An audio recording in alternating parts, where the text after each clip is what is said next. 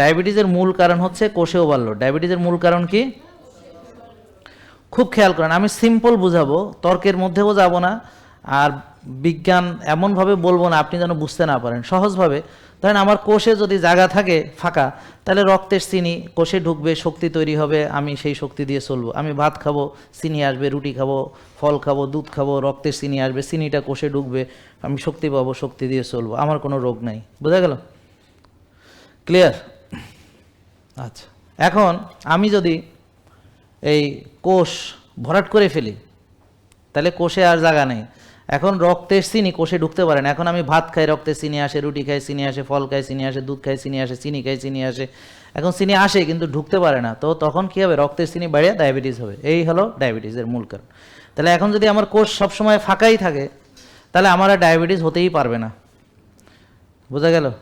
তো অনেকের আছে কোষে ওভারলোড আছে, অনেকের আছে কোষে ওভারলোড আছে কিন্তু ডায়াবেটিস নাই। কেন? কারণ বডি কী করে? বেশি ইনসুলিন তৈরি করে, ওই রক্তের চিনি জোর করে কোষে ঢুকায়। চিনি নর্মাল কিন্তু ইনসুলিন বেশি থাকে, হোমায়ার বেশি থাকে, কোষে ওভারলোড থাকে। তো সুগার বেশি, এটা জানতে পারা যায় আরও 10-15 বছর পরে। তার মানে যেদিন ডায়াবেটিস হলো তারও 10-15 বছর আগে থেকে আপনার কোষে ওভারলোড শুরু হয়েছে। আর যদি আপনি কোষের ওভারলোড মাপে ফেলেন, হোমায়ার মাপেন, তাহলে ডায়াবেটিস হওয়ারও 10-12 বছর আগে আপনি বুঝবেন যে আপনার ডায়াবেটিস হয়ে গেছে। দেখেন বুঝেন কি না, বুঝতে পারছেন? তাহলে ডায়াবেটিসের মূল কারণ হলো কোষে ওভারলোড। ডায়াবেটিসের মূল কারণ কি? তাহলে রোজা কোষ খালি করতে সাহায্য করে, রোজা কোষ খালি করতে সাহায্য করে। তাহলে রোজা হলো ডায়াবেটিসের ট্রিটমেন্ট। এখন যদি আমি রক্তের চিনি ওষুধ দিয়ে কমাই, সেটা ট্রিটমেন্ট না, সেটা হলো ওই যে ম্যালেরিয়ার রোগীর জ্বরের ওষুধ দেওয়ার মতো।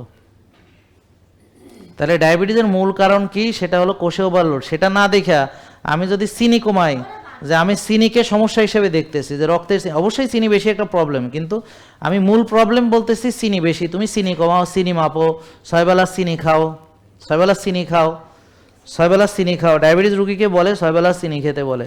ডায়াবেটিস রুগীকে সকালে খেতে দেয় হচ্ছে এই রুটি, তারপরে 11টা মানে 7টা-8টা বাজে রুটি, হ্যাঁ, তারপরে ডিমের কুসুম ছাড়া ডিম, তারপর হচ্ছে যে এখানে অথবা ডাল, তারপর হচ্ছে কিছু সবজি, তারপর 11টা বাজে মুড়ি বিস্কিট খই অথবা কিছু ফল, তারপর 2টা-2:30 বাজে আবার ভাত ডাল সাথে মাছ মাংস, রাত বিকেল 5টা-6টা বাজে আবার মুড়ি বিস্কিট বা খই, রাত 8টা-9টা বাজে আবার হচ্ছে রুটি ডাল ইত্যাদি, ঘুমানোর আগে দুধ 11টা বাজে। তাহলে সকাল 7টা থেকে খাওয়া শুরু, রাত 11টা পর্যন্ত খাইছে।